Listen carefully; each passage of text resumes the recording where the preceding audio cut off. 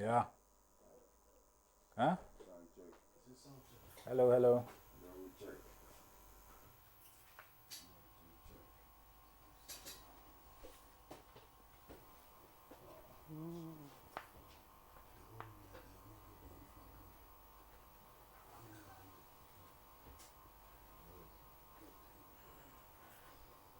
Is our level of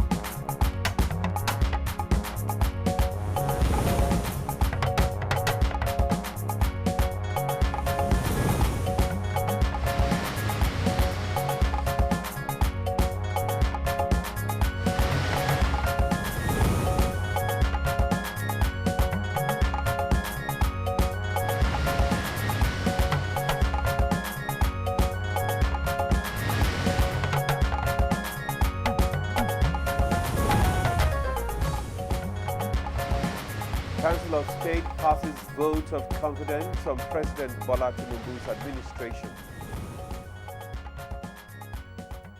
the high note of the meeting was the unanimous passage of a vote of confidence on President Bola Ahmed Tinubu, GCFR. Nigeria to activate $2.5 billion carbon market for revenue generation. We would ensure that Nigeria gets the best framework plan that we need. Africa Center for Disease Control declares monkeypox a public health emergency. On Good Morning Nigeria today, we shall examine reviving cotton and textile industry in Nigeria.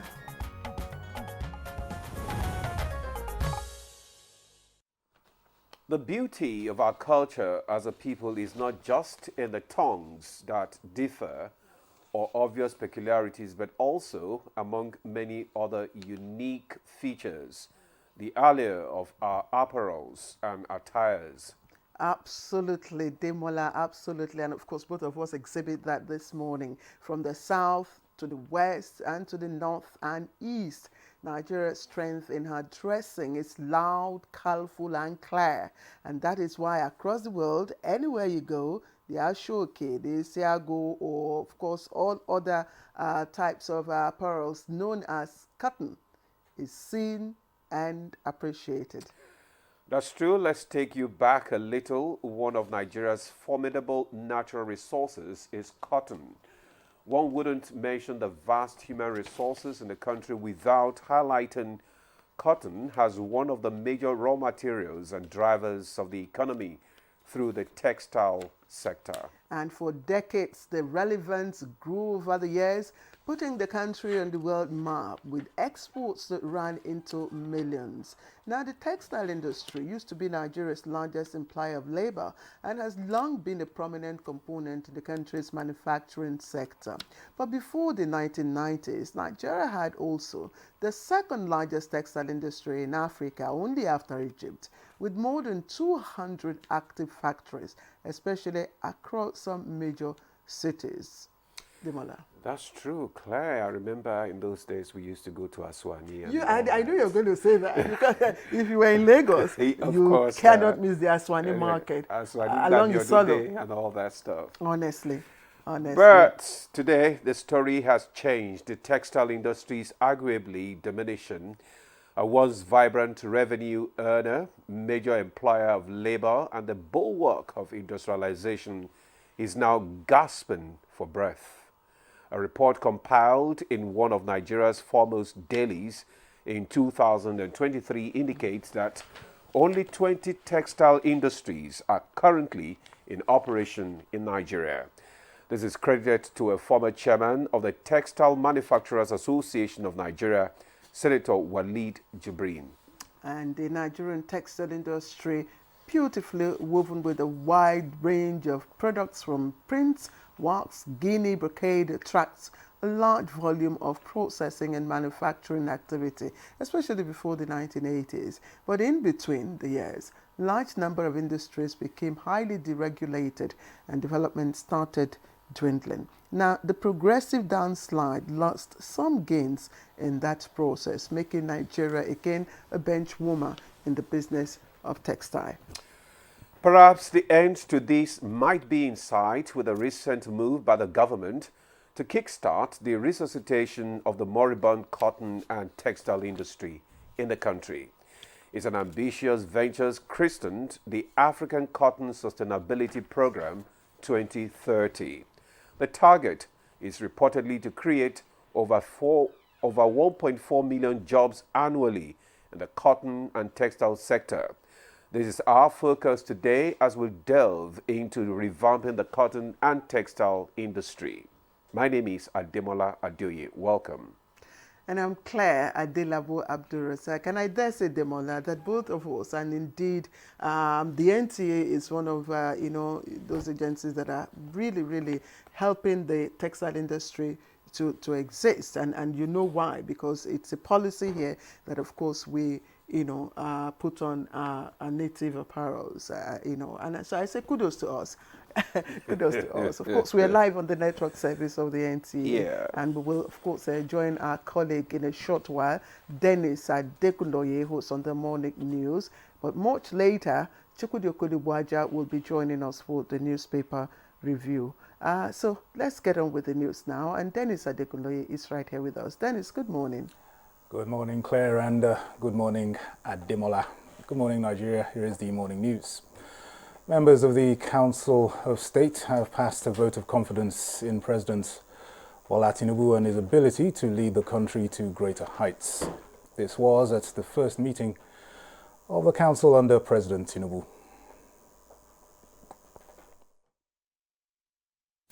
The high note of the meeting was the unanimous passage of a vote of confidence on President Bola Ahmed Tinubu, GCFR. Members, especially those of the Nigerian Governors Forum, were satisfied with the presentation by the members of the Federal Executive Council. And I'm glad to say we're on the right track. Meanwhile, President Bola Tinubu has assented to the Judicial Office Holders' Salaries and Allowance Bill, which increases emoluments of judicial officers at the federal and state levels by 300%. A statement by the Special Advisor to the President on National Assembly Matters Senate, Senator Bashir Lado, says the signing underscores President Tinubu's prioritization of the welfare of Nigerian workers, just as he recently assented to the new national minimum wage of 70,000 naira. Senator Lado said the newly prescribed salaries and allowances for judicial officers reflects current economic realities, adding that the prompt signing of these salary bills demonstrate the dedication of President Tinubu to ensure that every salary earner in Nigeria, especially those serving in vital and strategic roles, receive the recognition and compensation they deserve. The Africa Centers for Disease Control and Prevention has declared monkeypox a public health emergency of continental security. The declaration was made during an online media briefing on Tuesday.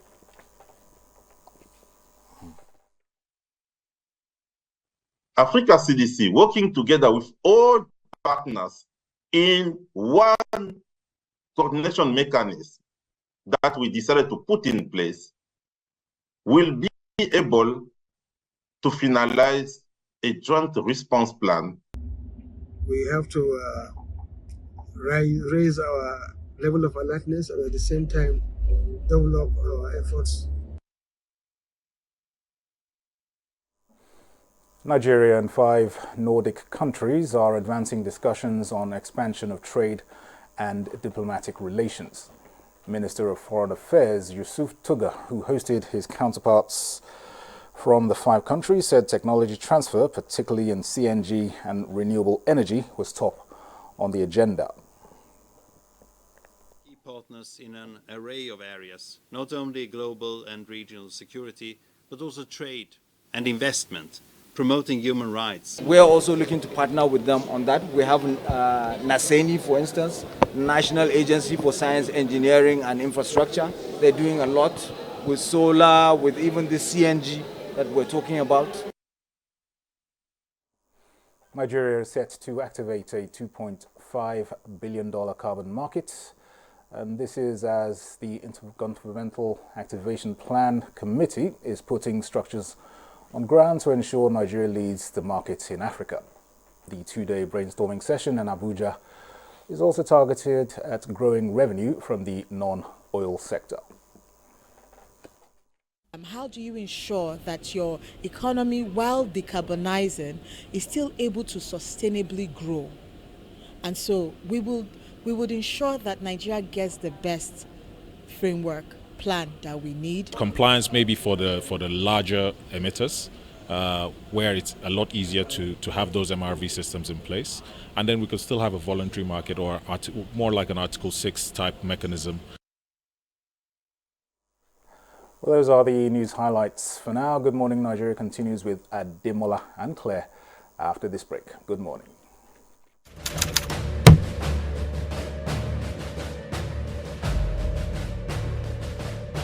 We are working to complete a heritage project critical to our economic prosperity, including roads, bridges, railways, power and oil and gas development. Notably, the Lagos-Calabar Coastal Highway and Sokoto-Badagry Highway projects will open up 16 connecting states, creating thousands of jobs and boosting economic output through trade, tourism, and cultural integration. Our once declining oil and gas industry is experiencing a resurgence on the back of the reforms I announced in May 2024 to address the gaps in the Petroleum Industry Act. Last month, we increased our oil production to 1.61 million barrels per day, and our gas assets are receiving the attention they deserve. Investors are coming back, and we have already seen 2 foreign direct investments signed over $500 million since then.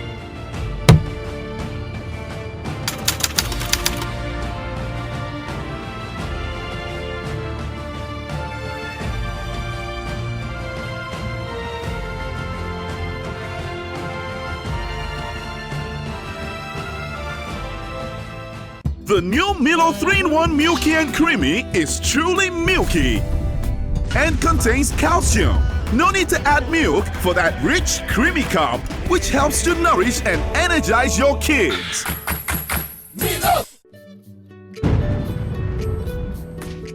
Bye, Mom. He's going to play in this weather? Why did you let him go? He might fall ill. And if he doesn't go out for practice, how will he win more trophies? To protect our family from illness-causing germs during the rainy season, we use Dettol soap every day. Dettol with germ defense gives you protection. Rainy season brings a lot of germs, and Dettol soap's germ defense protects you from up to 100 illness-causing germs. Dettol soap is endorsed by the Nigerian Medical Association. Be Dettol sure. We're live in the open market for Epic 10X Challenge. My people, today now, today I will show you how the power of new Epic 10X gives your toilet a better cleaning than bleach. Than bleach? Yes, so. Impossible. Toilets have stains which bleach cannot clean effectively. But Harpic is thicker and sticks better, which gives 10X better cleaning versus bleach and kills germs. Oh, wow. You can now see that Harpic is better than bleach. A new edition of TV Guide is out. This time, we got up close and personal with the transformational legislator, the Deputy President of the Senate, distinguished Senator Barrel Jibrin. We've created a difference in terms of representation through interventions that have brought an unprecedented infrastructural development to my area. This edition is a compendium of mind-blowing stories for your reading pleasure, ranging from technology, entertainment, economy, media, politics, family, and lots more. It is indeed a park of excitement as we take you through every aspect of life. Pick up your copy and get abreast with issues and trending features within our space. TV Guide, very incisive, very educative and compelling. Grab a copy at the vendor near you or any NTA station nationwide. TV Guide, your indispensable companion. Did you know that President Bola Tinubu has approved the suspension of import duties and tariffs on rice, maize and other essential food items for the next 5 months? The President has also approved the suspension of import duties on pharmaceutical raw materials and equipment. This will help bring down the prices of food and drugs across the country. All hands are on deck to ensure that things get better for all Nigerians. This is the renewed hope.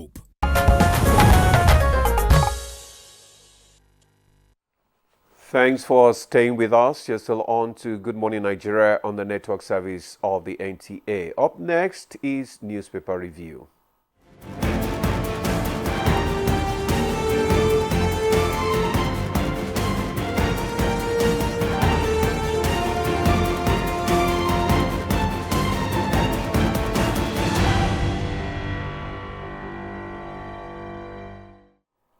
Chukwudi Okoli Ubaja has joined us for the newspaper review. It's a pleasure to have you with. How are you, Claire? Good morning. Good to see you again. Yeah. Demola, good morning. Good morning, sir. I see you have rebelliously, carried on with this white Thank patch. You. Rebelliously. No problem. We let you be. Rebelliously. We let you be. So tell us, what are you rebelling against? Mind him. You should tell me what I'm rebelling against. We came here to review newspapers, please. Of course, and I have 2 papers, so let me quickly kick off. And I'm starting off with the blueprint. The blueprint is quite busy this morning. And Council of State passes confidence vote in Tinubu. Governor Gowon Abdulsalami, Jonathan Buhari Akpabio endorse president's reforms. Describe recent protests as attempted regime change. That's the lead story. It's on the front page there. And okay, we'll see just below the picture story.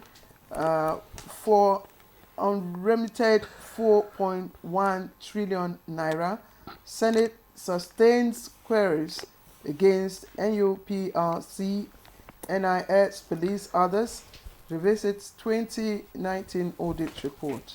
And Tinubu to embark on 3-day visit to Equatorial Guinea today. It's on page 10. 16 feared dead, 17 injured in Ibadan auto crash. 7,000 children enrolled in non-formal schools in Northeast. And let's look at other stories. Of course, Nelfund distances itself from fake foreign visa sponsorship. That's also trending there. And of course, this one in sports, conduct forensic probe of Team Nigeria's performance. Agu Ejidike, it's there. And to leadership now. Leadership is leading also with a Council of States meeting, but the story says rejects regime change through unconstitutional means. It's on page 7. Judges, others get pay rise in likely judicial reforms. It's on page 4. That's the lead story. Tinubu okays 300% salary increase for judicial workers. Lawyers hail new pay package. It's a significant milestone, says Senator Lado. It's a lead story. And of course, former President Muhammadu Buhari right there in a warm handshake with President Bola Ahmed Tinubu during the Council of State meeting at the presidential villa yesterday. Quickly, let me take a look at other stories that I haven't read. High operating costs, forex insecurity threatens 70 billion naira ICT industry growth. And just above the nameplate, bank directors ask NAS to revisit 70% windfall tax. And Afenifere condemns schools for military takeover. And that does it for the 2 papers I have this morning. I'll just pass on the baton to Demola. Okay, thank you, Claire. I have the Daily Sun newspaper, And beside the nameplate, we have federal government to enroll 11,000 Almajiri children. FCT Smart School begins academic activities in September.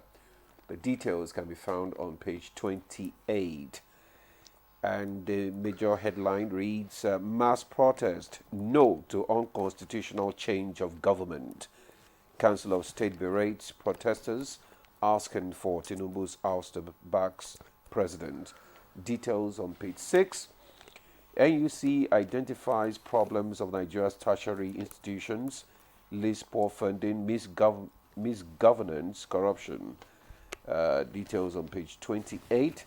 Tinubu signs bill to raise salaries of judicial officers by 300%. Details on page 29. Tragedy in Oyo, multiple auto crash. 16 die, 17 injured, floods kill 3. Displaces many in Bauchi local governments. Reps grill WAEC officials over 5 billion expenditure on calculators. Details on 27, on page 27.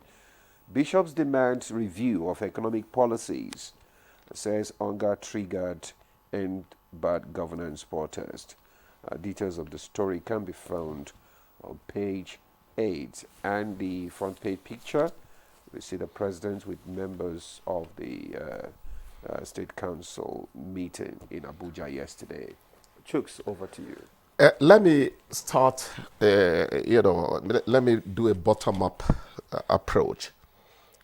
Judicial officers' salaries, was it 300% you mentioned? Yeah, 300%. Actually, when the president came in, how much was given to the judiciary? About 42 billion naira, I remember.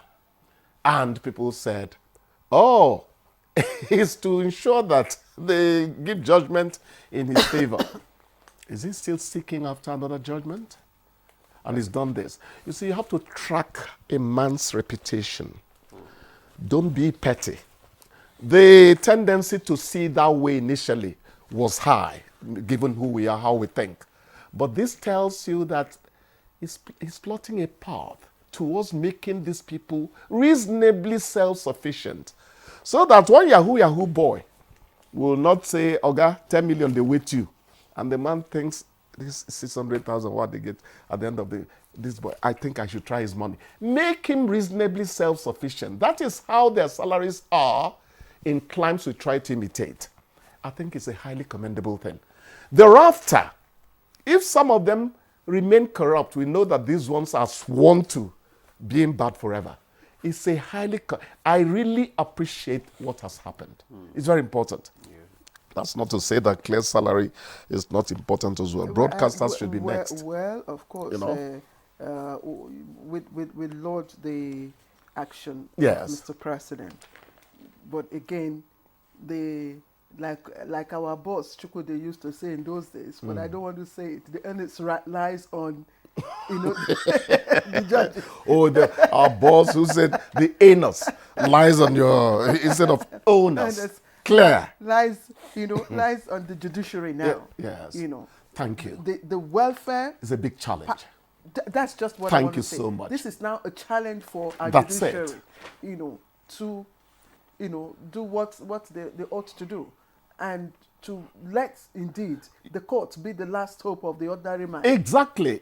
That's why I treated it the way I treated it, lacing it with a little pigeon, so that people will understand what is being done and why it is being done. Very important. Council of State, vote of confidence. Claire, you see, when I come here, I try to keep myself within newspaper review, not go advising people. But let me say this. Those people who were calling for military takeover, regime change and all, did they really understand what they were doing? Look, Africa remains... I guess they didn't understand. Africa remains a clannish settlement. Most of those kids be carrying the flags and all that. They don't even understand. Without even knowing what regime know the implication of what they are doing. doing. You don't know who sent them. Leave that aspect out. The point I'm making is Africa still remains a tribal settlement. That is what we are. I wrote a piece which I put out on Facebook. I said, tribalists them all.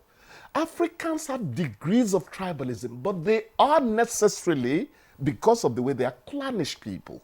If we call for a regime change now, you think the people where the president comes from their place are going to tell you, you will make us go back to where we have been coming away from.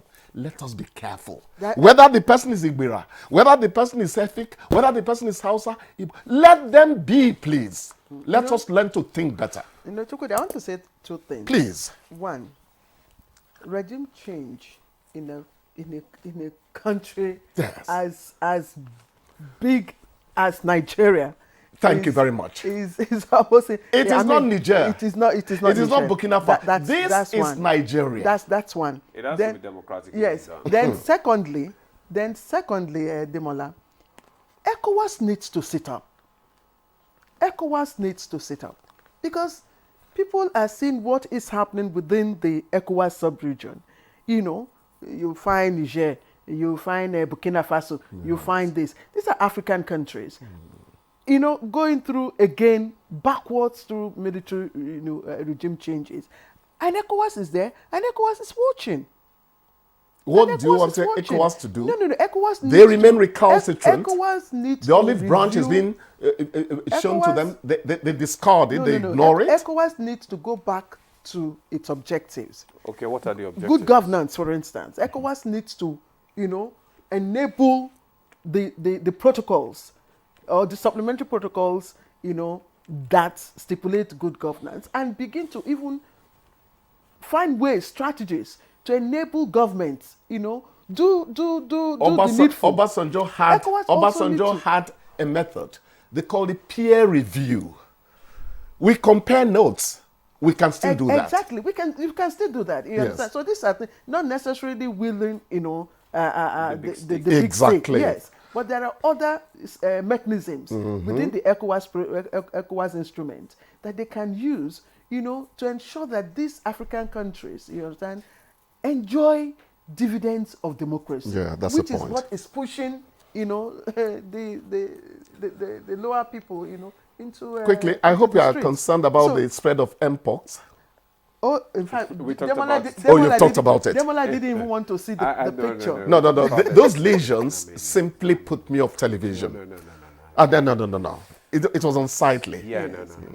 And yesterday I was listening to the international news on it on the BBC, and the challenge now is how to control spread. Yeah.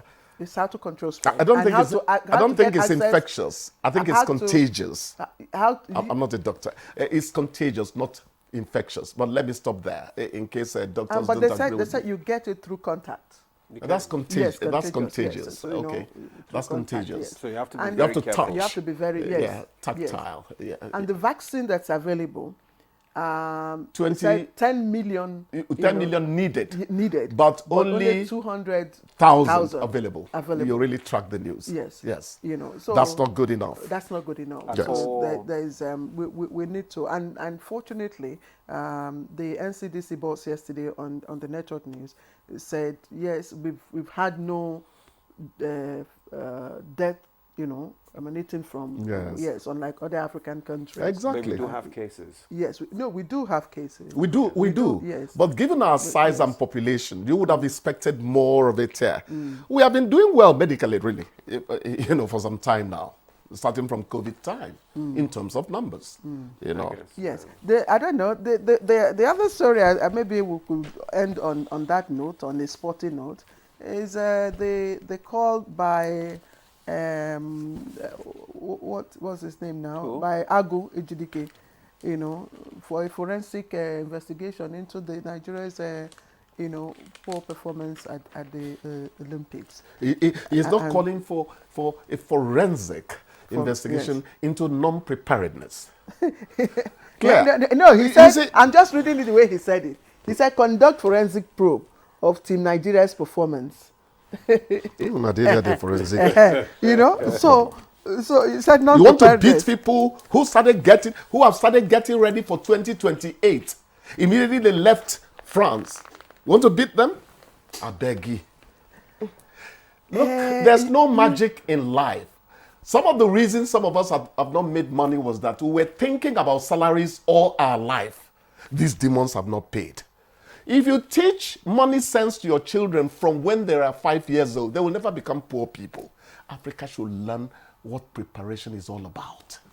You know, Chukwudi, preparing for competitions like this is not just about money. It's also about your psychological. I'm not saying it's only about money. No, I'm just saying yes. It's actually attitude. Attitude is everything. Even when you are fully prepared. Yes. When you get to the venue of your competition, you also need to be psychologically ready. The mindset. And yes, the mindset. And there are certain things. Preparation. There are certain things that our AFN, NOC needed to have done for these athletes. Yes. To enable them, you know, prepare psychologically. But they all went there. If you listen to the analysis coming in, they all went there not psychologically ready, because demoralized. The Frenchman says, I've said this many times, vouloir c'est pouvoir. To wish or want is to be able. I mean, we all... Without psychology, you don't achieve anything anyway. The can-do spirit in business administration. Yes. The can-do spirit. Anyway, the bottom line is that we were not fully prepared. Simple. Simple. Not the athletes. Not the athletes. Not the athletes. The athletes were ready. How do you know? But the enablement.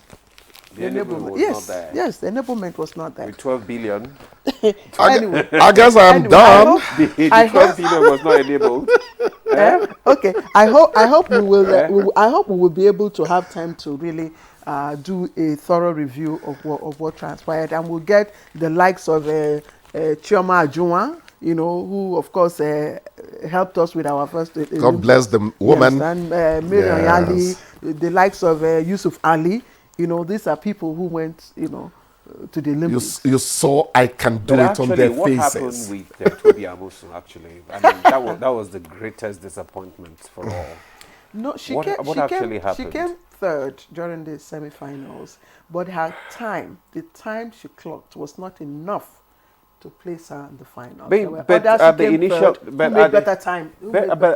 the initial heat, you know, understand? Yeah, she was first. Yeah, she was first with a better time of 12.46 or 49 or thereabouts. No, 46. You understand? So I was expecting that she would improve on that. Maybe I was put off too early. I can't analyze what you guys are doing because I was put off too early. It doesn't. I knew where we were going. I saw it. That was a shock, actually. You know, and because that was our only hope after a while. That was actually, somebody asked me, did you expect? I said, no, Toby will give us something. No, Toby will give us something. Apart from Toby, the three long jumpers, I mean, Essay and the others. Three of them. You know, you were talking about let's be a little relaxed about it now. Yes. Do you know that what you eat, even 6 months to the games, would also matter in terms of your performance? Yeah, they know. When I say that, the preparation. When I say that Super Eagles are flat-footed, they don't run on the balls of their feet. People say, that parrot has started again. I watch people. Why is Arsenal ruling the world now? Watch those boys. They never get tired till the last minute. Arsenal is not ruling the world. Arsenal is not ruling the world. Arsenal. I thought I needed something to dampen his spirits. No. I came in here, saw him, he was too happy. No. Bye-bye. We'll take a break now. Good Morning Nigeria continues. No Arsenal again. We'll take a break.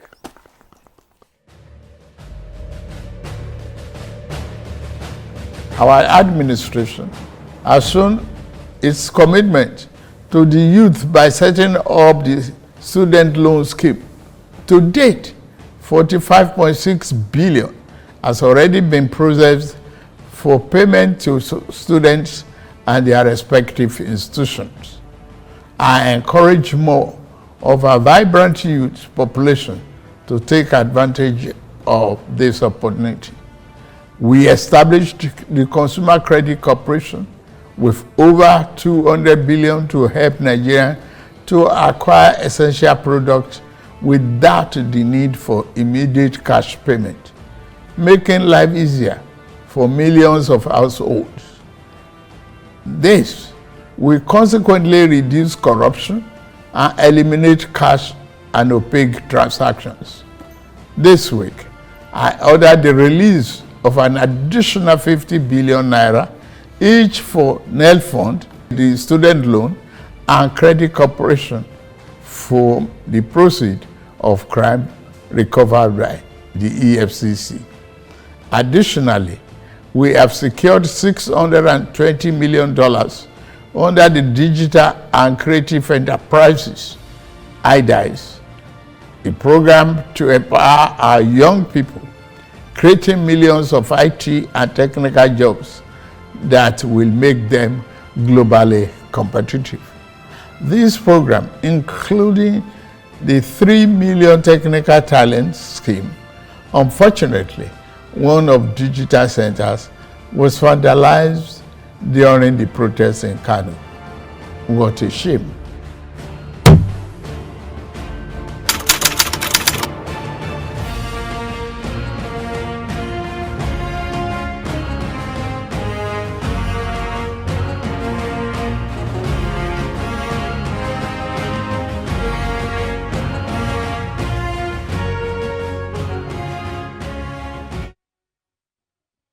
The new Milo 3-in-1 Milky and Creamy is truly milky and contains calcium. No need to add milk for that rich, creamy cup, which helps to nourish and energize your kids. Milo!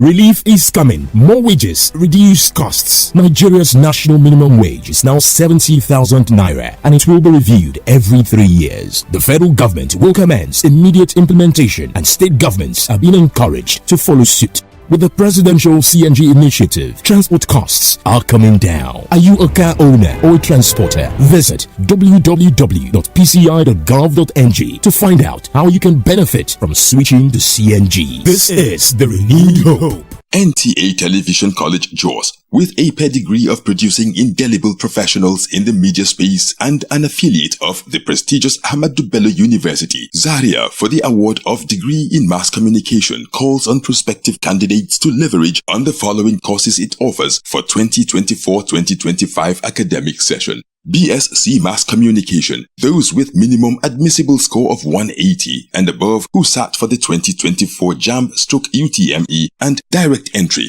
while 100 to 179 minimum admissible score can apply for the National Innovation Diploma NID in Film and Television Production, Broadcast Journalism and Television Engineering. For more inquiries, visit our website or call 0803 383 4343. Announcer, Registrar.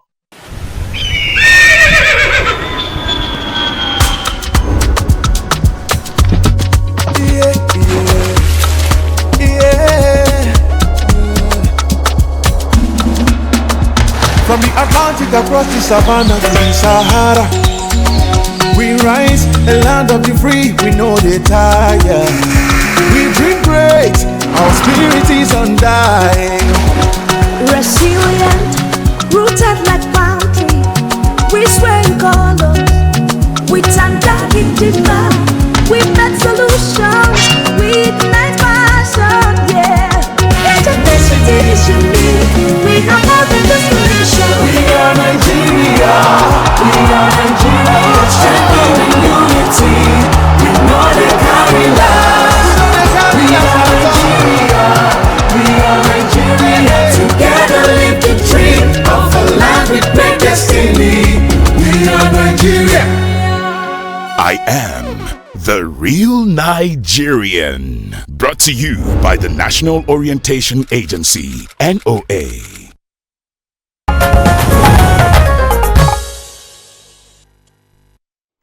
All right, welcome back to the program. You're watching Good Morning Nigeria. Today we'll be discussing reviving cotton and textile industry in Nigeria. And just to lead us into our conversation, let's listen into the background reports put together by correspondent Dennis Temple. The cotton and textile industry in Nigeria was once a cornerstone of the nation's economy, contributing significantly to employment, industrialization, and export earnings. In the 1970s and early 1980s, Nigeria's textile sector was the third largest in Africa after Egypt and South Africa, with more than 180 textile mills employ more than 350,000 workers. During its peak, the Nigerian textile industry was supported by an abundant supply of cotton, a critical raw material and a large domestic market. The industry boasted numerous factories, particularly in northern Nigeria, with major centers in Lagos, Kano, and Kaduna. These factories produce a wide range of textile products, including cottons, bed linens, and other household fabrics, which were widely consumed locally and exported to neighboring countries. However, the late 1990s and early 2000s, the industry has faced severe decline due to a combination of internal and external challenges. Several factors are said to have contributed to this downturn. The influx of cheaper textile products from Asia, particularly China, significantly affected the competitiveness of locally produced textiles. Another factor is the culture of smuggling and importation of foreign fabrics, leading to a flooded market and making it difficult for local manufacturers to compete. Beyond this, there is also lack of reliable power supply and poor infrastructure, which increased production costs, making local textile products more expensive. Again, cotton farming suffered due to neglect, poor agricultural practices, and competition from other cash crops, leading to scarcity of high-quality cotton for local textile production, forcing manufacturers to rely on expensive imports. By the early 2000s, many textile factories had closed, leading to massive job losses and a sharp decline in the sector's contribution to Nigeria's GDP. The good news is that federal government has begun its plan to revitalize the textile industry in Nigeria, with the Vice President Kashim Shettima leading the talk. Recall that just recently, the Vice President hosted a number of stakeholders in the textile industry, including governors of Lagos and Imo states, at the presidential villa to discuss on how best to go about revamping the industry. The overall good is that Nigeria's cotton and textile industry thrive on the back of a robust agricultural sector, which will supply the necessary raw materials that will drive the sector. Therefore, revamping this industry becomes very crucial for Nigeria's economic diversification, job creation, and industrial growth. The current situation where imported products have taken in high demand, how would government intervene to protect private sector investment? How would key stakeholders encourage technical and vocational training to promote and encourage local content? And what are the specific methods to drive innovation and technology? In the course of the program, experts on Good Morning Nigeria will provide suggestions and best way to go about revamping the cotton and textile industry in Nigeria. Thank you, Dennis, for that background report. Dennis, thank you so much. Joining us in the studio now to discuss our conversation for today, we have Dr. Kingsley Uzoma. He's the Senior Special Assistant to the President on Agribusiness and Productivity Enhancement. Dr. Uzoma, you are welcome to Moon Nigeria. Good morning. Thank you for having me. Also here is Waziri Uba, Desk Officer Cotton Production, Federal Ministry of Agriculture and Food Security. Thank you for joining us. Final question. My name is Yerima Aleji Uba. Yerima Aleji Uba. Oh, Yerima. Yes. Okay, Yerima Aleji Uba. Okay. Thank you. And I'm the head oilseed, legumes and fiber and schedule officer for cotton. Okay. Yeah. All right. Yeah. Thank you. Yerima, you're welcome. Thank you. Thank you. All right. Yeah. All right, we are told that we also have a guest in Lagos, that's Alhaji Hama Ali Kwajafa, who is the DG Nigerian Textile Manufacturers Association. He will be joining us later on in the course of our conversation. But let me take you to Kaduna studio, where Samuel Oloron Toba, General Manager, Cotton Ginning Company Limited. Cotton Ginning Company Limited, yes, sir. Of course, he joins us from our Kaduna studio. Mr. Oloron Toba, thank you for joining us. And also with him there, we have Engineer Elias Sanley, who is the Vice President, Northwest Zone, Manufacturers Association of Nigeria, MAN. Thank you, both of you, for joining us on this conversation. My pleasure. My pleasure. And we will also be joined later on in our conversation by Sir Itotaji Datijo Adama. He's chairman Adama Textile and Garment Industry. Both of them will be joining us in the course of our conversation. Demola. Yeah, thank you, Claire. So let's start with our conversation, revamping of cotton and textile industry. And I think the first thing we should do is let's get a state of, give us the state of Nigeria textile industry as we speak. Let's have just a general assessment of, the state of things right now. Maybe we'll start with Yerima before we come to the special on the cotton sector. Special assistant. On the cotton sector. Yes. That sector, if you are addressing the sector, you have to take the whole scenario of the sector. That is the three aspects of it: the cotton, textile, and garment. You cannot separate them. Okay. The cotton sector is a downstream. That is the source of raw material that you need to keep the textile flourish. So without addressing the downstream sector of the cotton, textile, and garment, it's just like, building without foundation. So for the cotton, let's start with the cotton first as raw material. Okay. Nigeria has comparative advantage in cotton production. Almost all the states of the federation can produce. Now, even the southwest, even the south that we thought they cannot produce, areas around Cross Rivers, Ogoja and Co can produce cotton. Then in Edo State, also around Fuga, Auchi, they can produce cotton. Generally, two varieties of cotton are grown all over the world: the Gossypium hirsutum and Gossypium barbadensis. The Gossypium hirsutum is a short medium type. Then the Gossypium barbadensis is the long staple type, which they use in producing high quality fabric and is very expensive. So, but the one that we are producing in the country is the Gossypium hirsutum. So our production was okay, but we have a little challenges now because all agricultural crops, the mandate, the research institutes of the country has national mandate for them. For cotton, for example, the Institute for Agricultural Research, Ahmadu Bello University's area, they are the institute that have national mandate for genetic improvement of the crop. The cultivar that we are using is about 40, 50 years now. So we are experiencing low yield, of course, on conventional variety. It could be due to mutation and some other biological factors. Okay. So we are going to work together closely with the Institute for Agricultural Research because they are the custodian of the germplasm, so that we'll know what really happened about our existing cultivars as they developed. Why it is given low yield. Yes, Malam Yerima, sorry to interrupt. You've already taken us deep into our conversation, and of course we will get back to you to give us more insight. But let's backtrack a bit and then get an idea of what is really happening within the textile, cotton, garment, and textile industry. That's why I'd like to bring in Dr. Uzoma.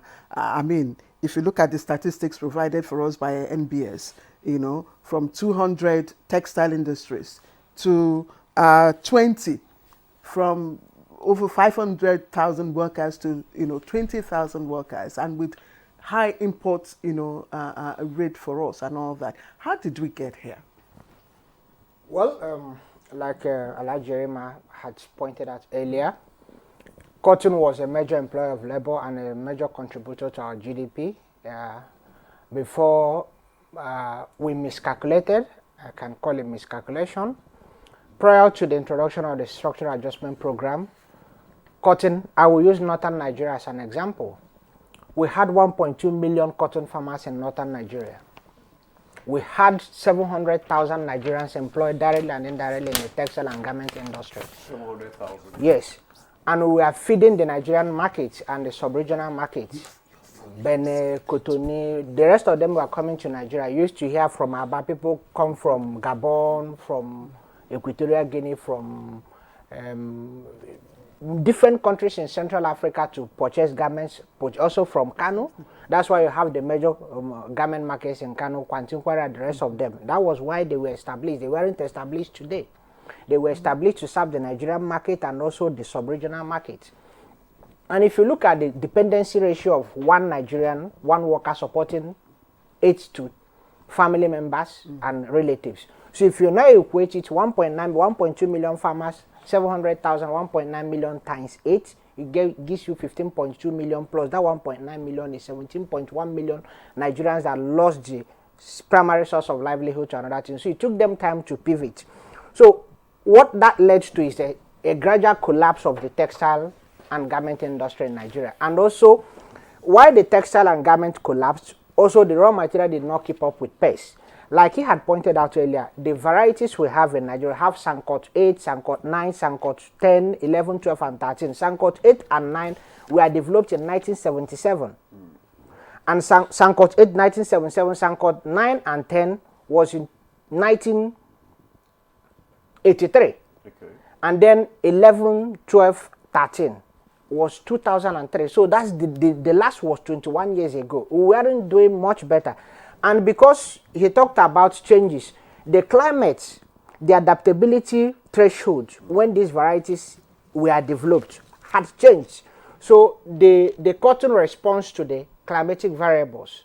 So the rainfall pattern, the temperature regime, the soil parameters that these varieties were adapted to had all changed. Even the fertility status, the organic matter content of the Nigerian soils, especially in northern Nigeria, will have very high temperature regime and also precipitation during the rainy season has completely halved within this half a century period. So that has led to the collapse of the cotton as a raw material, and also the policy framework smuggling has also led to the collapse of the textile and garment industry. And over this year, we spent, if you cumulatively, we spend more than $30 billion importing these materials into the country. This is the amount of money that would have remained in the country to help to further enhance FS liquidity we are talking about today in the country. So that's why we got to where we are. One, the lack of research output, the lack of policy framework to drive it, just like you've never heard of such an elaborate occasion.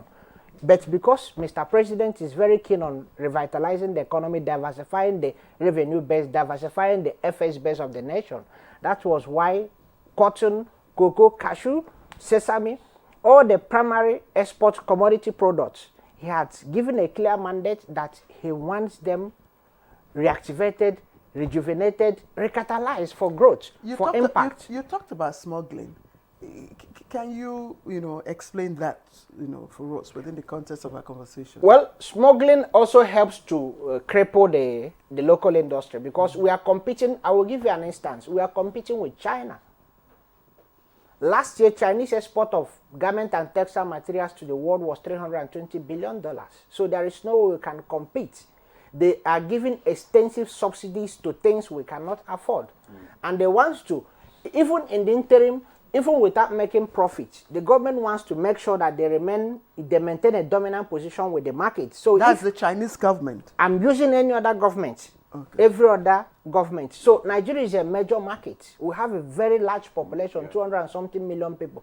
So why would you, if I'm an exporting country and my interest is in Nigeria, why would I not do everything in the short term to make sure I cripple the Nigerian sector so that we will not have the holistic control? And that has happened. Because while in the 80s, 90s, gradually, one by one, our cotton, garment, textile and garment industry were decimated, they continue to enhance their positions. So what is government doing to protect the local industry from being crippled? That is why government is because of lack of effective textile, cotton, GTC policy, that's cotton, textile and garment policy. So also the irregular, complex regulations within the country, and the lack of access to the international markets, and also international certifications. All these things comprehensively can be tackled within one thing, the textile policy that has to be updated. Prior to then, we had the textile policy, but the world is very dynamic in global trade. So what the policies we had in the 70s, 60s, 80s cannot work today. there has been a complete shift in geopolitics, in international trade, in economic livelihood. So we have to have a new policy that will reflect that, and that is what this government is doing. The president is a man of bold ideas, a man of bold visions. He wants to take it holistically to readdress it, having a very comprehensive cotton, textile, and garment policy that will address all the challenges at its root causes. Okay. All right. Thank you very much. Well, let's thank you for your contribution there. We'll still come back to the studio, but let's get to our Kaduna studio now, where we have Samuel Olorun Toba, the General Manager, Cotton and Guinea Company Limited, and also Engineer Ilya Saleh, Vice President, Northwest Manufacturer Association of Nigeria. Let's start with Samuel Olorun Toba now. What went wrong, with our industry? Some speculated it's structural, just like he said, the SAP, Structural Adjustment Program, caused the decline, and government policies, just like he said. What, from your own perspective, is actually the problem? Thank you very much. My other panelists have tried to address some of the challenges we have. But if you ask me what went wrong, it did not just start from the Structural Adjustment Program. It started all the way from inconsistency in policies. First of all, agriculture generally was neglected. With the advent of oil, we put aside agriculture. I think that started a long way, even before the Structural Adjustment Program. I agree, the Structural Adjustment Program derailed certain things that were going on well. We had commodity boards, we had cotton board in those days that was in charge of cotton production, marketing, and all the rest. But that was scrapped, and there was no any other system that was put in place to take over those things that the board were doing. That is why we start having the downward trend. It was then that initially when the structure came in, we saw an upsurge of cotton because it became a free trade. But shortly after that, because there was no other regulation to regulate what is happening, we start having, for instance, the seed that we are using today, like Dr. Skilly mentioned, is not good, it's not yielding. And so farmer has to leave cotton and start producing other crops. The marketing aspect of it was another issue. But what we need to do, I believe we are going to talk about what we need to do. We have to address it holistically. First of all, the policy issued, we are not short of policies. We had policies, but we are not implementing policies. I remember we sat down during the days of Jonathan. We had this policy thing reviewed. It was presented with fanfare, but shortly after that, it was put in the shelf. Nothing happened. So it has been a policy somersault that has not been consistent, and that is where we are now. Salon Toba. Let's also have the views of Engineer Elias Saleh. And Engineer Saleh, again, Mr. Salon Toba, mentioned the era of former President Goodluck Jonathan. In fact, it actually, started. We know that late Yar'Adua also, injected some funds just to revive, the cotton and garment and textile industry. And I think then it was the, I'm just trying to find out that it was the 70 billion Textile Development Fund, which of course former President Jonathan, took up. We know that, since then there have been policies. We've had policies, and one of those policies, of course, is the banning of textiles, or the removal of textile from the foreign exchange window, which means that, it will be difficult to import foreign textiles into the country. So the essay is talking about policy, but we've had policy, we've had interventions, we have money injected, and nothing seems to have worked. So what exactly is the problem? Why are we not also, developing our textile industry, just as China and the other countries have done, even Burkina Faso.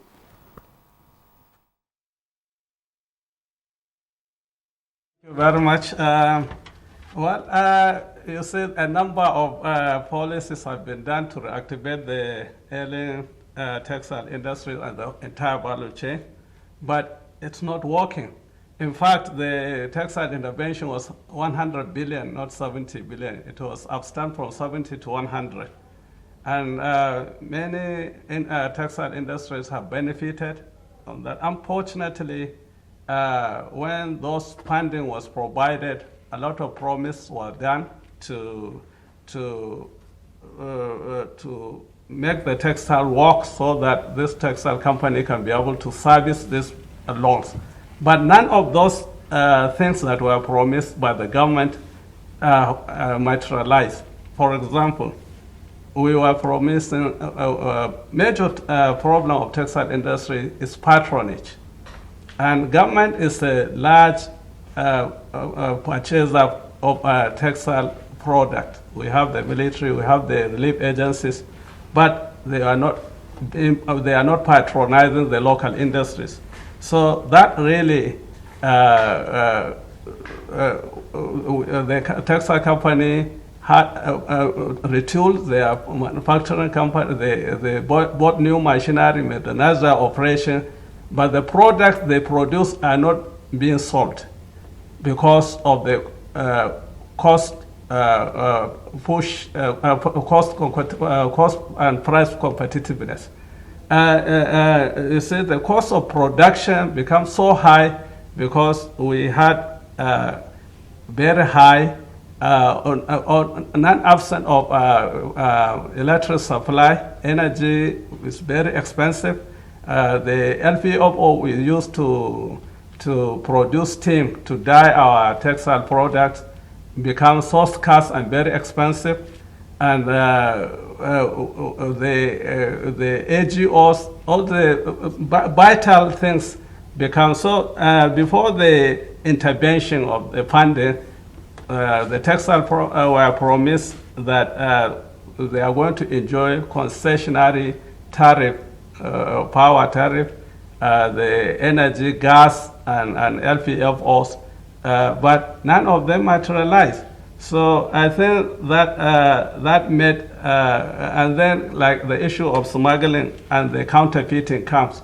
You will say, we'll have a very beautiful design of Ankara, for example, from some of the textile company, and then we'll have a company in China producing the same design and putting the logo of Nigerian textile company, and then smuggle it back into Nigeria and at very, very lower price, because our cost of production here in Nigeria is very high.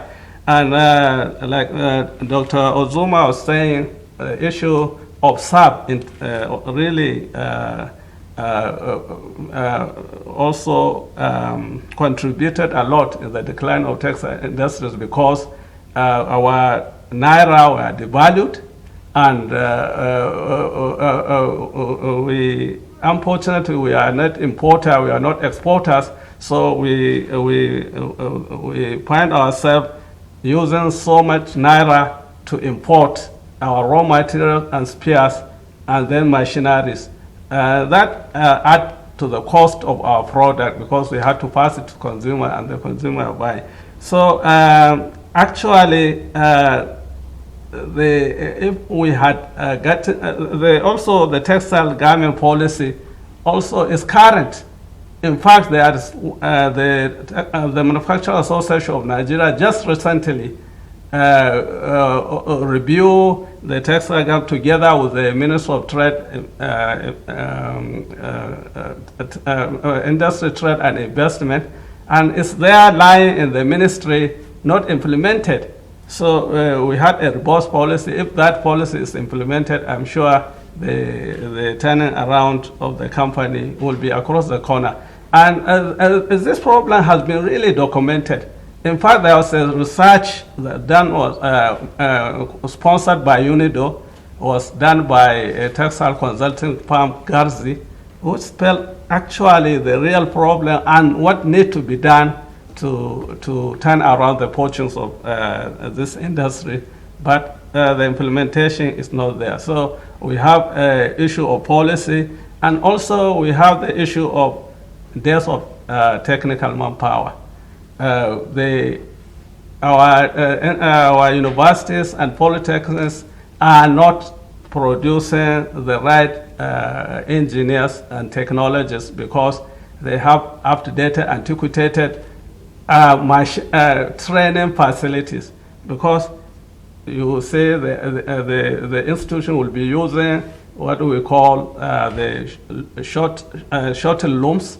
While the era of shuttle loom is far gone, we are now in the shuttleless loom. We have the rapier, we have the air jet that operate these machineries. So when the students come out to the industry, they become lost. So those are major problems that really, and the issue of raw material of cotton, because since the textile companies are not selling, they don't have the required working capital to buy the cotton being produced. So at the end of the day, the farmer decided stop producing cotton and was producing maize and other edible,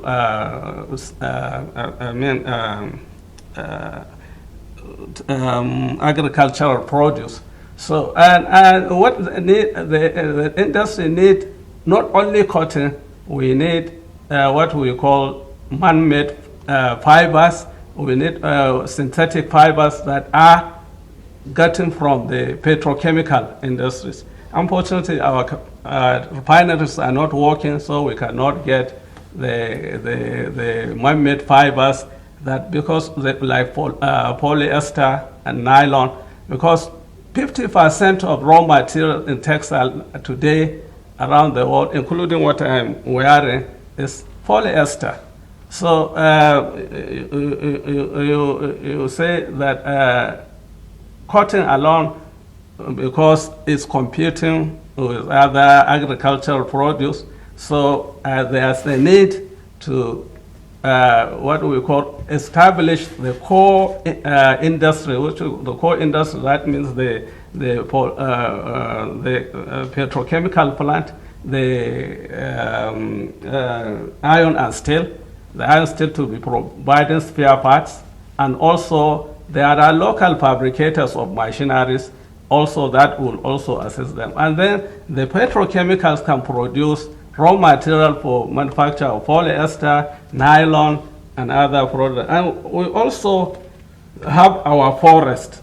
We can cultivate pine and eucalyptus. The eucalyptus you can use to produce regenerative cellulosic fibers that are the same characteristic with cotton, comfortable. And so in final analysis, I think if we have patronage from the government and individuals, if we can sensitize our individuals to work towards the locally produced good. Of course, the locally produced good is very expensive because the cost of doing business is very high. The cost of electricity now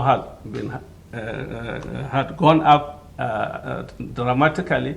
For example, a textile company that is paying 24 million a month, and now is paying about 90 million. And to pass this cost to the consumer. Okay. Thank you very much, Engineer Saleh, for your contribution there. You have raised a lot of issues which I want Dr. Uzoma to respond to. From Kaduna studio there, you listen to Engineer Saleh and Samuel Olorutoba. The issue of policies that you talked about, just like they said, that Nigeria does not actually lack good policies, but the problem has been implementation. One, I want you to tell us what this government is going to do differently concerning implementation. Then they talked about government patronage as well, and also the environment, which is not too conducive, amongst other issues. So how do you respond to all those issues? Well, they had actually shown from their responses that the policies are inconsistent. Like I said, Mr. President is a man of bold visions, bold ideas. For you to actually tackle this, what the problem they have stated from the policy angle is they are all disaggregated policy framework. He is the desk officer in charge of cotton in this country. He's from Ministry of Agriculture. He's not aware of these things.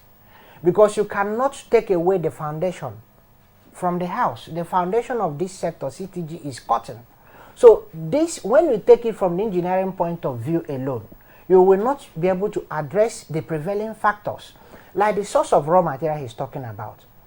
We cannot compete if our cotton the textile mills in Nigeria cannot source the raw materials locally. And then why can't you source the raw materials locally? Because the yield, I will give you an example. Garua and Marua axis of Cameroon that is bordering the cotton producing axis of Nigeria, from rain-fed, not irrigation, not intensive, just local farmer led this thing, they are getting between 580 to 620 kilogram length per hectare, whereas we are getting 280 to 300. So they are getting double. So there will be more incentive for the farmers there to do. In the policy they are talking about, they have not factored in these foundational issues. Also, the lint quality, the fiber quality indicators like the ginning percentage, GP, our own is between 33 to 36%, whereas that of the same Garua and Marua axis is between 40 to 41 to 42. Are we talking about the fiber strength? What is this fiber strength of our own? Are we talking about the fiber length, which is a very primary indicator within the mills? Our own is between 27 and 29, whereas in the same axis is between 29 and 30. So 1 millimeter difference makes a big difference. You understand what I'm talking about? So Mr. President has a holistic view that he will bring in the Ministry of Agriculture, the Raw Material Research Institute, the Federal Industrial Research, Filo Industry, the Ministry of Trade, Industry, Trade and Investment, and the Ministry of Science and Technology. Because another thing also is what they're talking about, most of the generations we have in the country are operating with 1970 technologies that are breaking those even within that 27 to 29 millimeter fiber length. Because of the antiquated ginning machineries we have, they're cutting them into pieces, and that reduces the marketability of our processed cotton. Even without feeding the local mills, why can't we export and make money? You know, our neighbors here makes, because the ginning, this thing is updated. The textile materials you used to wear when you were growing up, they cannot compare anything near what we have now, because we are now interested in better quality. So the idea, and we have private investors that the president has attracted into the country, something like Arise. They invested in the special agro-industrial processing zone in Ogun State. They already committed close to 500 billion. Yesterday, the vice president of Arise was in my office. They are having a discussion, they are having a conversation with Afrexim Bank. They're getting a facility of $1.3 billion to invest within the cotton value chain. And even the local market alone, as of 2022, we spent $860-something million in importation. And between 2018 and 2020, we have had a compounded annual growth rate of 18%. So when you factor that annual growth rate of 18% to that 800 something, you will see that it must have crossed $1 billion factor. So we need a comprehensive, and he talked about the energy issue. When these policies were developed, we did not have a price competitive solar energy, renewable energy structure in place. In Benin Republic, Arise also, they have the cotton, textile and apparel industrial complex. They're investing in 100 megawatts solar electricity plant. In Benin Republic, electricity is not cheaper in Benin Republic than in Nigeria, but they are price competitive because there is the investors. Before the investor will commit billions of dollars to reactivate this industry, the policy must have what you call foreseeable feature. Okay, Dr. Zama, thank you. Because so the main issue now is we need to review the policy, and the policy will enable technology, which would of course trigger patronage, because right now there's no patronage. And I just like, you know, when we come back to you, you explain, because you keep saying Arise, Arise. some of us don't know what Arise is. Yes, you need to tell us who or what Arise is when we come back to you. We have the DG of the Nigerian Textile Manufacturing Association, Director General, Mr. Hama A. Kwajafa, and he's joined us from our Lagos studio. Mr. Kwajafa, thank you very much for joining us. Well, I know that some time ago, of course, you were lamenting about, the state of the textile industry. In fact, to use your words, you said it's on life support and gasping for breath to survive. And we know why. You do not have the patronage. And the lack of patronage is because of the quality. But can you give us an idea? Let us even understand what really, is afflicting this textile industry. Because I remember when I was growing up, we used to rush to Isolo, where you had Aswani. And even exactly, and these are, textiles, fabrics that we are proud of. And as you can see, I'm still wearing one. So what is the issue, or what are the issues?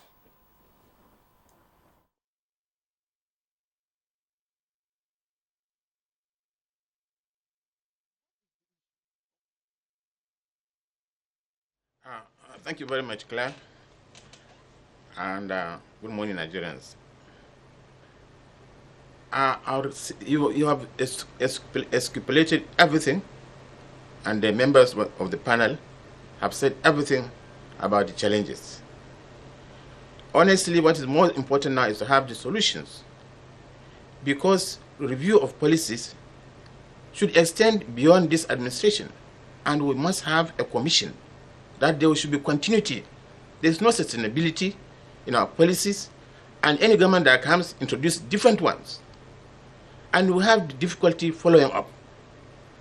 Definitely we must have a commission that can follow up all the policies that can extend each government, so that there will be no politics involved in this marketing and growth of this cotton textile garments. Because the ministries do what they like. For instance, Ministry of Agriculture now, we had a Cotton Development Committee that comprised all the textile, cotton, and garments as committee under Federal Ministry of Agriculture. But any minister that comes changes it and puts it on. So the coming of Dr. Kingsley Ozoma is at the high point now, that we must have a council or a commission that will follow up on policies, so that there will be no derailment again. What is happening is that, Dr. Claire, is that we have best materials quality of textiles, because we have integration policy, backward integration, that we must use our cotton. But what's happening in China is that they are using polyester instead of cotton as raw materials. And they have abundant crude that they refine in their countries. Our country does not refine our crude, and therefore we don't have the byproducts of this polyester. So they get it cheaply in China and produce it in circular style in millions and bring it to our shores. In fact, it's not smuggled, it's through our dealers. Our dealers carry our design, go to China and mass produce for themselves and bring it to our markets and sell 5 yards at 1,000 naira. And that does not cover our cost of production in Nigeria. We sell at least 4,000, 5,000. So what they bring are the counterfeited ones that don't have quality, that don't wash, that will wash within 3 days. And they blame it on Nigerian textiles. Our products are of high quality and they last long, they are durable. But the counterfeited ones that take our design and take it to China, bring it back to our markets. And with working customers, we didn't know the difference between Nigerian textile and that of the counterfeit ones from China. And it washes away, and they blame our textiles for poor quality. It is certainly not our own. Something got to be done. We have to sit down, put our heads together, all the sectors, and ensure that we produce high quality. We have this Dr. Kingsley who has come now. We have to put our heads together and look at the solution of this industry. We should have good employment for our people. What we are looking for, all these masses, all this kind of insecurity is lack of jobs. We have the jobs from cotton textile garment. We have millions of jobs that can be given to our indigenous and citizens of Nigeria. We have 84 million square kilometers of fertile soil in Nigeria. But we are not treating the soil, we are not testing the soil, and our farmers are having poor yield. Poor yield is a problem. Something got to be done. The Indians have come. Dr. Kingsley, through the office of the Vice President, has invited International Cotton Advisory Council to come to Nigeria. And they have come and they have told us our ills, our problems. Now there will be African market generally now. So you must, and there will be rules of origin. So whatever you are producing must be in Africa. And that will curtail all the issues, the challenges we are facing about smuggling. So if you are producing within Africa alone, no country will surpass Nigeria if we are very serious. And that will clearly kill smuggling. And then we'll have high materials, good materials, no smuggling, and we'll use our cotton through backward integration so that our farmers can continue to work. Because why they are running into soybeans and other crops is because they are having poor yield. And you know our farmers mostly are illiterate, they cannot read pamphlets. The extension officers has to be going to farms and be training them on what to do. That's the only way they can have high yield. And if they miss that high yield in a year, because that's what they depend on, in a year. And when they don't have good yield, they will move to other crops. And these are some of the things that a commission or a council, in fact, that's why India has a ministry that follow up textile, garment, and cotton together. Day in, day out, Nigeria has not been able to have even a commission or a council or an agency that controls this very big industry that employs millions of our people. Something got to be done immediately for us to survive. Our youth can take up. The mobile phones are working. There's no technology. Our people are still bending, digging ground manually. Many countries have gone to mechanized farming. In the past, Nigeria said it had money, and in fact, it had how to spend the money. If we had mechanized farming right from day one in agriculture, Nigeria will surpass China. But people have been bending down since the 1960s. And their backs have broken down. They are older people now. Younger people should come in. Encourage them with technology. Then we can have bountiful employment. In fact, they don't need the government jobs. If this sector is really properly produced, properly done, all the employers. Yes, thank you, Alhaji Kwajafa. Thank you for the points that you have raised. But I'm also wondering, from former President Olusegun Obasanjo to Yar'Adua to Goodluck Jonathan, there have been interventions, like we all acknowledge, from 70 to 100 billion.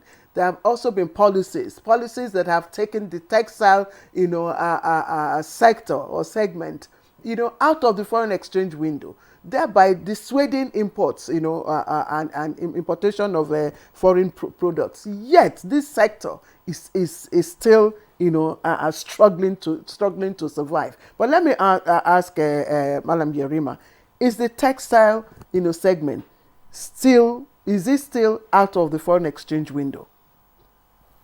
Yes, yes. The textile segment is now out of the foreign, because if you import now, you have to pay the duties, and you cannot go and assess the required foreign to extend the foreign currencies to extend to import the textiles. They were enforced duties. They are contraband. They are still contraband. So how in the statistics I have is that from 2020 to 2021, the import duty on this, it keeps increasing. Yes. So why is that? Yes, because people still import the high quality fabric into the country and they pay the duty. It's still there.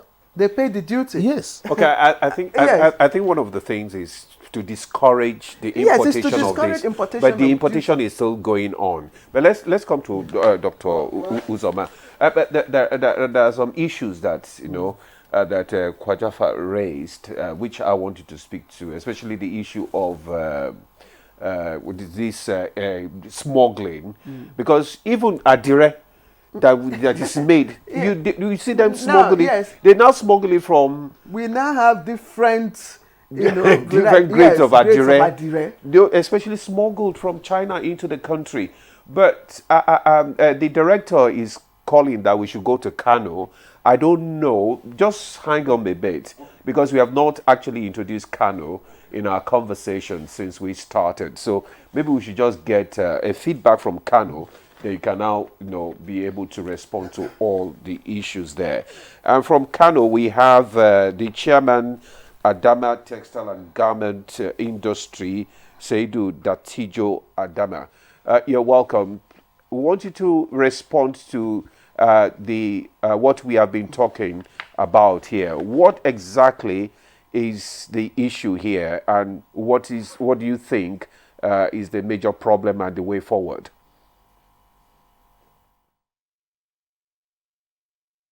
Thank you very much. Good morning, everybody. While concurring with all that was said, I want to propose an idea of looking into or emphasizing into patronage. Surely some have mentioned patronage. SA has mentioned policy. Truly, we have policy.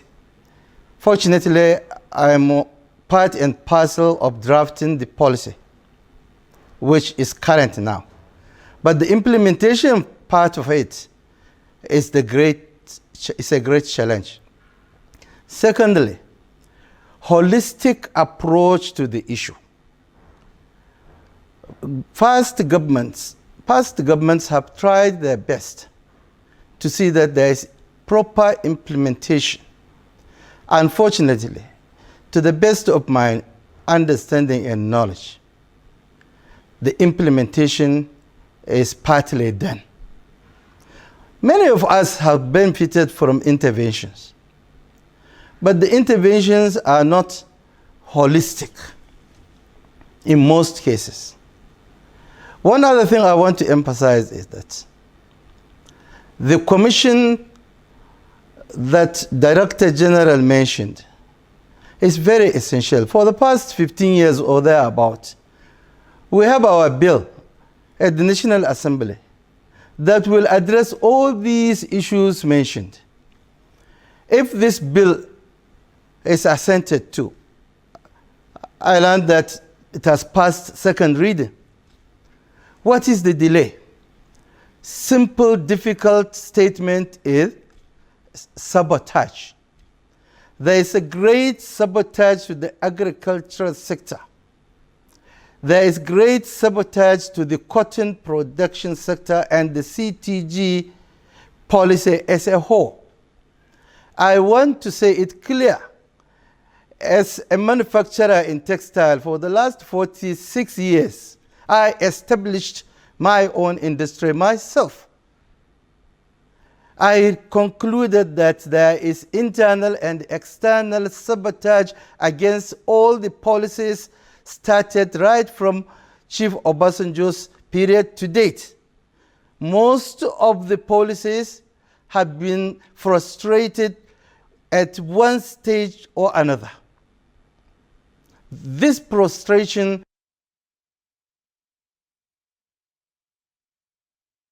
Another important thing I quickly want to mention is, though mentioned mildly, I want to put it clear. It is an issue that we cannot address in a day or within a term of 4 years of any president.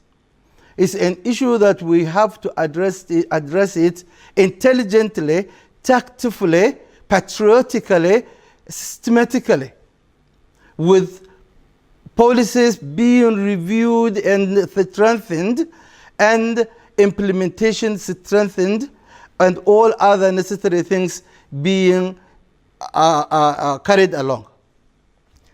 It is history. Devaluation of Naira, deregulation of the economy, liberalization of the economy. These are three fundamental things that happen to Nigerian economy as a whole, but affects more industries that source their raw material locally, industries that can source their manpower locally, industries that can even manufacture some few of their spare parts. I want to tell you that these things are not easy to address because they are already rooted into our economy. But what do we do in a situation like this? We should not continue to blame governments alone. We should not continue to blame virtually everybody. But we should understand that there is a need for everyone to come into this system. Make sure that we, under pressure, pressurizing ourselves to patronize made in Nigerian goods, not only textile, but now we are talking on textile. I will give you a quick example. The thunderous and disastrous what I will call the dangerous situation our health is facing because of lack of cotton or cotton, processed cotton. I will take health sector as an example to show you how rich, how high the employment of Nigerians is in the cotton production. If you go to hospital medical services cannot be successful without cotton in either surgical or any other thing that you need to carry out health services. Secondly, the female population of this country turns to around 50% of the population. And 75% of that population of the female are menstruating age from 11 to maybe 50 years. They need cotton every 30 days, every month. That 200 naira worth of cotton lint for what they call sanitary pad, 200 naira times maybe 70 million is a joke. It's not a joke. We are importing that, or most of that. So you see, cotton production is a life where of everybody, from birth to burial. You need cotton, you need textile, you need garment. Another crucial thing is employment under this sector. When you talk of employment under this sector, let me take only garment part of it. Looking into underwear only, singlet, pants, skirt, if you want to mention it. Let's say each Nigerian will need a pair of singlet, vest, as other people call it, or 2 pairs of pants. Let's assume we have a population of 200 million Nigerians that wear, from baby to adult, that wear pants and vest. 2 times 200 million. In terms of garment production, how many tailors do you need to sew vests, which is 80–90% now imported into this country? These products, I'm telling you, 80% of these products are imported into this country. All right, Alhaji Adama, thank you. In fact, you have just reeled out very, very important issues here, and we do appreciate that. We will come back to you in a short while, and of course, we'll also return back to the essay to take on the questions Demola asked earlier on. But let's quickly take a short break and pay some commercials. Take a short break and pay some commercials.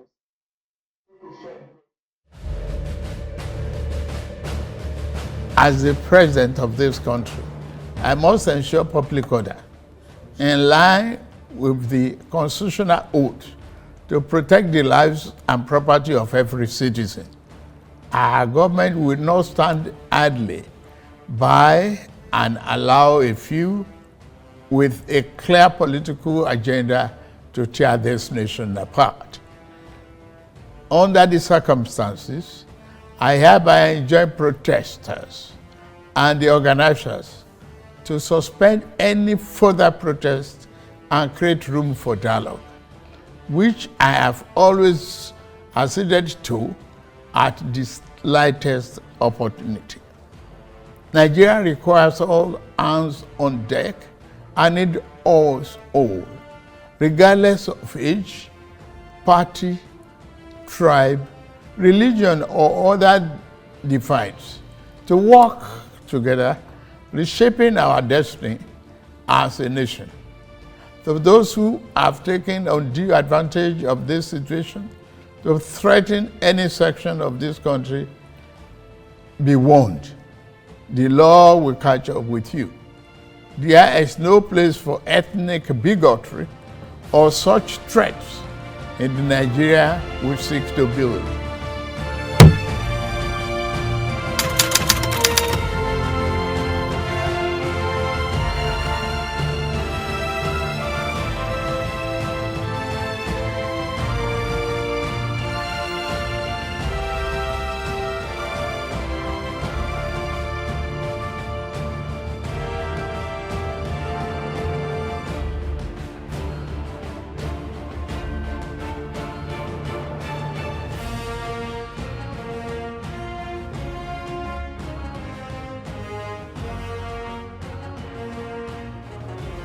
The new Milo 3-in-1 Milky and Creamy is truly milky and contains calcium. No need to add milk for that rich, creamy cup, which helps to nourish and energize your kids. Milo! Relief is coming. More wages, reduced costs. Nigeria's national minimum wage is now 70,000 naira and it will be reviewed every 3 years. The federal government will commence immediate implementation and state governments are being encouraged to follow suit. With the presidential CNG initiative, transport costs are coming down. Are you a car owner or a transporter? Visit www.pci.gov.ng to find out how you can benefit from switching to CNG. This is the renewed hope. NTA Television College Jos, with a pedigree of producing indelible professionals in the media space and an affiliate of the prestigious Ahmadu Bello University, Zaria, for the award of degree in mass communication, calls on prospective candidates to leverage on the following courses it offers for 2024-2025 academic session. BSc Mass Communication, those with minimum admissible score of 180 and above who sat for the 2024 JAMB/UTME and direct entry, while 100 to 179 minimum admissible score can apply for the National Innovation Diploma NID in Film and Television Production, Broadcast Journalism and Television Engineering. For more inquiries, visit our website or call 0803 383 4343. Announcer, Registrar.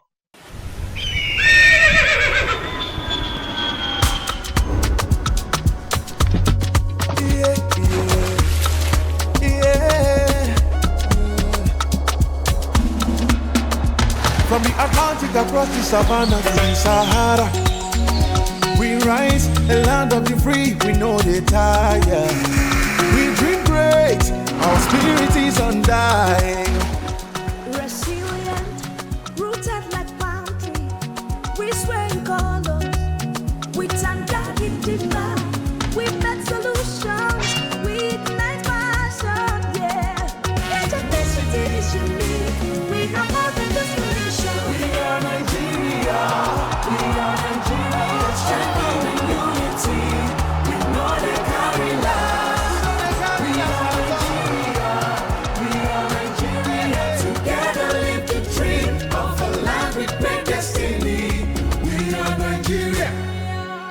I am the real Nigerian. Brought to you by the National Orientation Agency, NOA.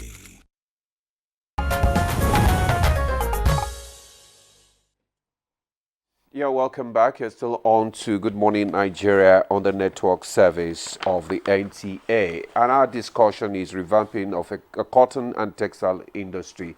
And we still have our guest in the studio. Before we went on break, Dr. Uzoma, you were supposed to respond to the several issues that have been raised by the other guests.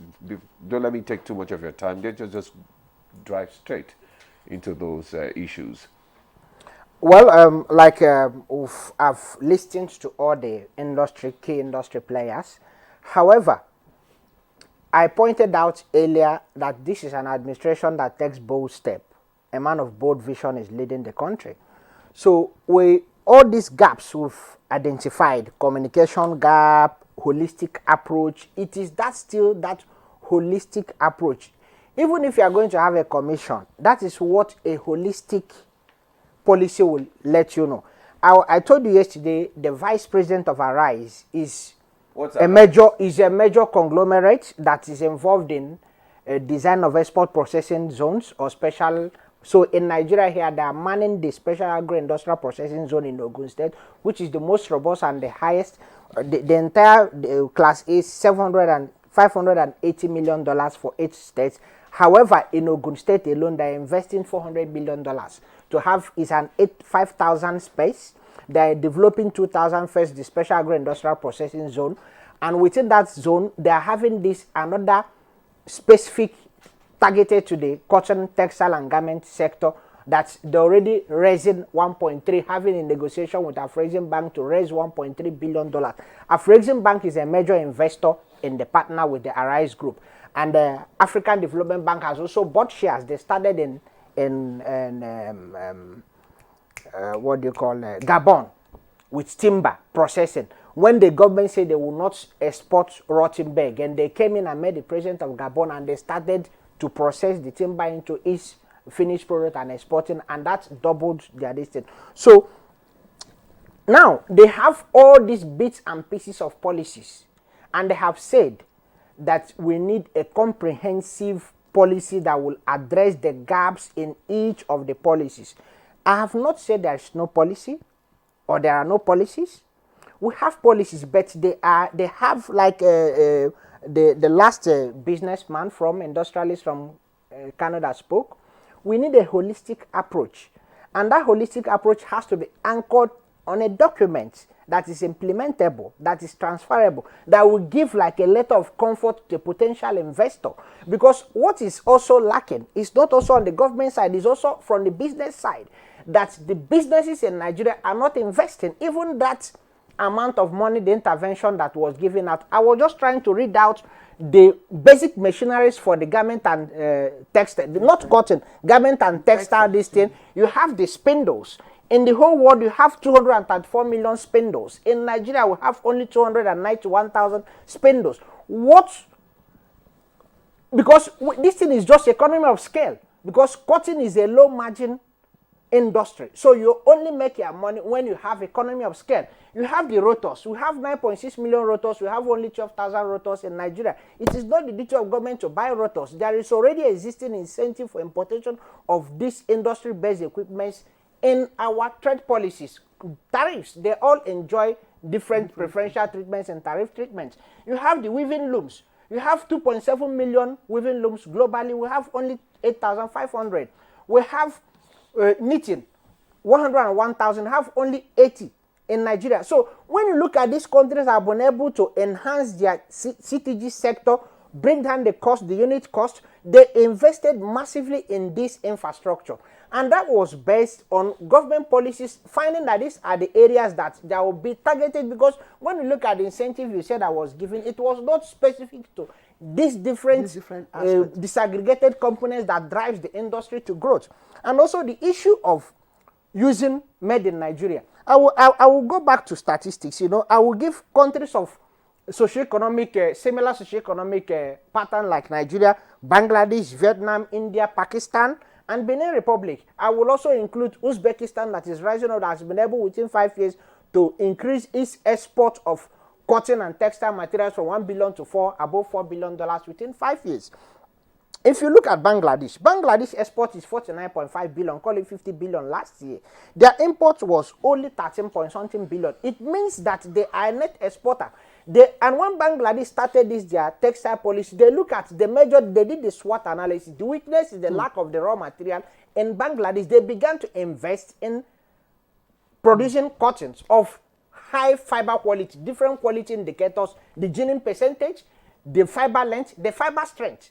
Dr. Zama, we will have to allow you to take a breather and then just take a few comments again around and then get back to you to give us your closing thoughts. But I'm just wondering, I looked around us. It's just few of us that are actually wearing our local fabrics. And if you look at Malam Yarima, I don't know if this is a local fabric. Yes, why are you not wearing, why are you not patronizing? And that speaks to the issue of patronage.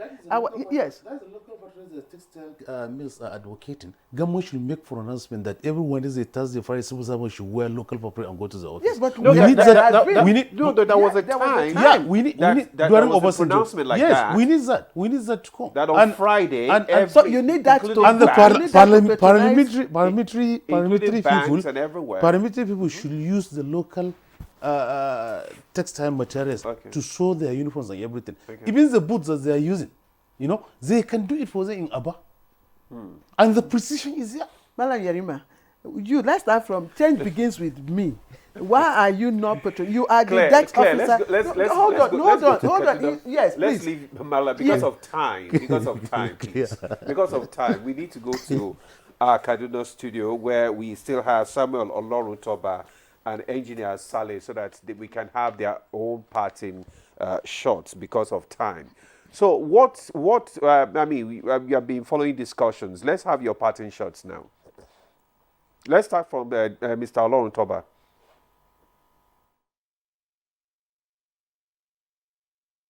I really appreciate being in this panel. I think, like we all say, we should be thinking of what do we do to revive this very important sector to Nigeria economy. And like we said, there have been other interventions which have not really hit the mark. We have not gotten results for this intervention. So what do we do to make the difference? I want to just reel out some of the things I have in my mind. First, the issue of being holistic in our approach to intervention. The last CBN intervention was not well tailored. There was no synergy. I think if we are going to do any other thing we want to do, there should be synergy. You cannot go into anchor brewers of cotton without involving Ministry of Agriculture, without involving the Ministry of Investment, Trade and Investment. You cannot do it without involving the state government. So there should be synergy. That is very key. Secondly, is the issue of the research institute. Our research institute, like Dr. Kilisi pointed out, over 25 years ago, they have not produced any seed that could yield well. The one we have now is tired. So we must fund the research institute. The research institute must be involved in whatever we are doing. Thirdly, the intervention we are talking about has become a big problem even for the industry. The industry are not able to pay this money back. They are not performing. So why can't government look at this intervention? Probably write off these things. So ease all the load over this, the textile, the ginneries, and even the farmers that are carrying this load. We need to ease off that particular intervention or those intervention and start afresh. Fourthly, is the issue of the textile park that was mooted and actually started in Funtua. But today, what is only there now is just a gate, a big gate. Nothing's happening there. The textile park will make virtually the area to be textile related industry, the ginneries, the power will be there, everything will be there so that it can operate from there. I even suggest that whatever textile park you are doing in Funtua and Katsina State, you should do same in Gombe, in Northeast. Fifthly, is the issue of the government showing determination to make it work. Yeah, okay. Thank you very much, Mr. Oloruntogba, for that. Government must show determination to make it work. But let's remain with you there, and let's have Engineer Saleh contribution. Last parting shot now, because of time. Just make it short and straight to the point. 1 minute, please. Okay, well, I think the only way to reactivate this value chain is in two areas. That is patronage, make sure that procurement policy are tailored to patronizing locally textile goods. And then secondly, we have issue of taxation, multiple taxation. Already the present administration had a committee to review the tax. We have to stop this minimum taxation whereby companies that make genuine losses are taxed. So I think taxes should be based on profit alone. And also there's a need to fund our educational system so that we can produce qualified workers that will work in the industries. And also that we need to encourage the petrochemical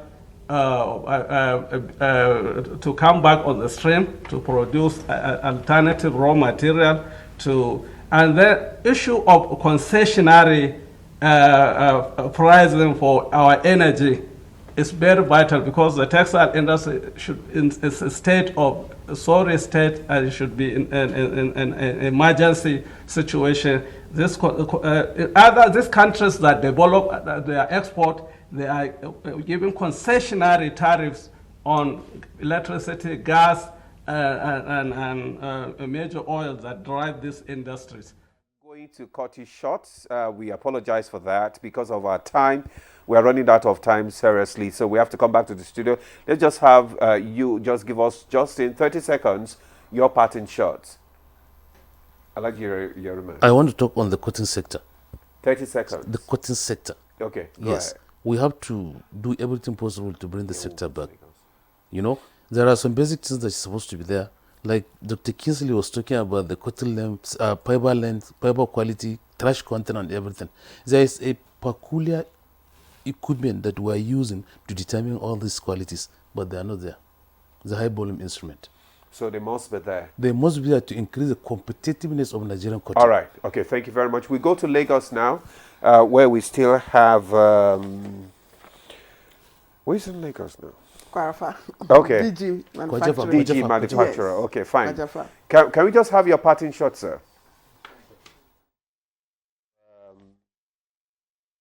Where's in Lagos now? Okay. DG manufacturer.